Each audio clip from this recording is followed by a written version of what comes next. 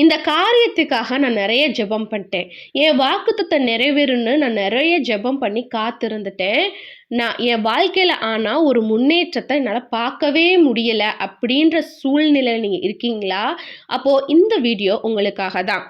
காத்திருக்கிறது நம்ம மனச இளைக்க பண்ணுமா? நெக்ஸ்ட் ஸ்டெப்பு நம்ம உலக பிரகாரமா என்ன பண்ணுவோம்னா, கர்த்தர் மேல ஒரு வெறுப்பு உண்டாக ஆரம்பிச்சுரும். ஒரு டிப்ரஷனுக்குள்ள போயிருவோம். சில பேர் என்ன பண்ணுவாங்கன்னா, கர்த்தர திட்ட ஆரம்பிச்சுருவாங்க.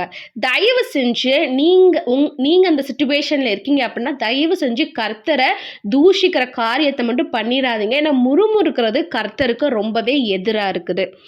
ஓகே. இப்ப நம்ம வந்து 2025ஆம் ஆண்டு முடிஞ்சிருச்சு. நம்ம 2026ஆம் ஆண்டுக்குள்ள போகப் போறோம். இந்த டைம்ல தேவன் உங்கள பார்த்துட்டு தான் இருக்காரு. தேவனுக்கு நல்லா தெரியும் நீங்க என்ன மாரியான சூழ்நிலைய வந்து ஃபேஸ் பண்ணிட்டுருக்கீங்க அப்படின்னு. நீங்க எந்த மாரியான காரியங்கள்லேருந்து வெளிய வர நெனைக்கிறீங்கன்னு அவருக்கு தெரியும்.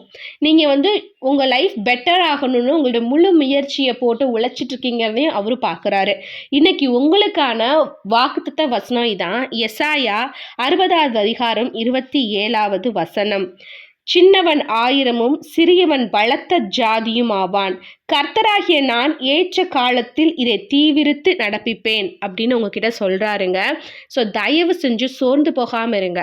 லாசருவ கல்லறையிலேருந்து உயிர்ப்பித்த தேவன், யோசேப்பை குழியிலேருந்து எடுத்து உயர்த்தி வச்ச தேவன், தானியேலை சிங்க குகையிலேருந்து பாதுகாப்பாக வெளிவந்த தேவன் உங்களுக்கும் பெரிய காரியங்கள் செய்ய வந்து வாஞ்சியா இருக்காரு. அவர் கண்டிப்பா செய்வாரு. நீங்க செய்ய போற காரியம் ஒண்ணே ஒண்ணு தான். நீங்க விசுவாசத்தோட ஜெபம் பண்ணுங்க. நீங்க நிறைய பார்த்தாச்சு, நான் ரொம்ப சோர்ந்து போயிட்டேன் அப்படின்னு சொல்றீங்களா? நீங்க கவலைப்படாதீங்க. தேவன் இந்த டிசம்பர் மாதத்துல உங்க வாழ்க்கைய அதிசய விதமா மாத்த போறாரு. நீங்க பார்த்துக்கிட்டு இருந்த கடினமான சூழ்நிலை எல்லாம் சரியான சூழ்நிலையா மாறப்போது தேவன் உங்களை கண்டிப்பா உயர்த்தி வைப்பாரு. நீங்க பண்ண போற ஒரே காரியம் விசுவாசத்தோட தேவனோட சன்னதியில ஜெபம் பண்ணி காத்துருங்க.